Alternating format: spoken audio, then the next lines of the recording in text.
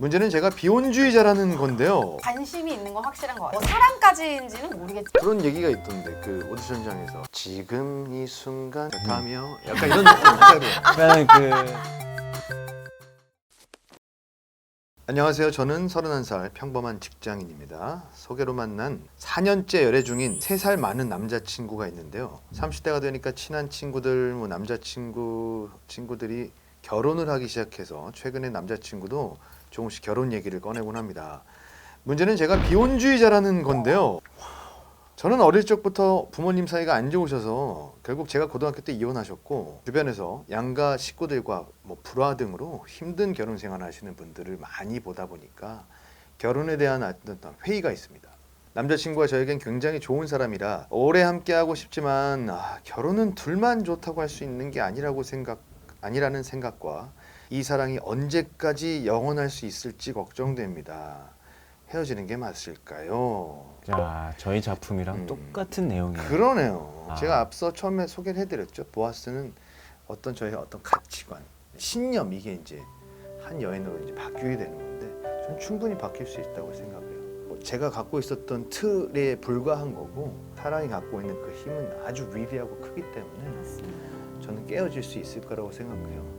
그리고 본인이 또 좋아하다 보면은 좀 시간을 갖다 보면은 생각이란 건 계속 바뀔 수 있으니까 충분히 난 좀 결혼할 수 있을 것 같은데 헤어지는 것보다는 그렇게 좋아하는데 왜 헤어져? 그러게요. 저희 작품에 이제 사랑 이야기도 담겨져 있지만 되게 중요한 키워드 중에 하나가 선택이라는 것이 있어요. 가사 자체도 선택은 너의 것이라는 부분이 있어요. 우리가 다 선택할 수 있는 자유의지를 갖고 있잖아요. 그래서 어떤 상황이 이렇게 다가왔을 때 누구나 두려움이 있고 과거에 대한 트라우마나 이런 여러 가지 생각들이 있지만 어쨌든 그 다음 스텝을 향해서 내가 선택을 해서 또 미래를 만들어 나가야 하는 그런 점선이 우리가 계속 살고 있는 거잖아요. 그러니까 사실 사랑도 그런 의미에서 그런 마음으로 또 이렇게 두려움을 깨고 선택할 수 있는 사랑이라면 충분히 가능하죠. 명답이다. 예? 안녕하세요. 저는 26살 복학생입니다. 어릴 때부터 뮤지컬을 좋아해서 동아리 활동도 하고 무대에 서보기도 하면서 뮤지컬 배우의 꿈을 키웠었는데요. 가족들의 반대로 전혀 다른 전공을 선택해 대학에 진학 중입니다. 그냥 취미로 남겨두자 생각하고 학업에 전념하고 하려 하였으나 저는 여전히 뮤지컬이 너무 좋아서 아쉬움이 많이 남아 있습니다.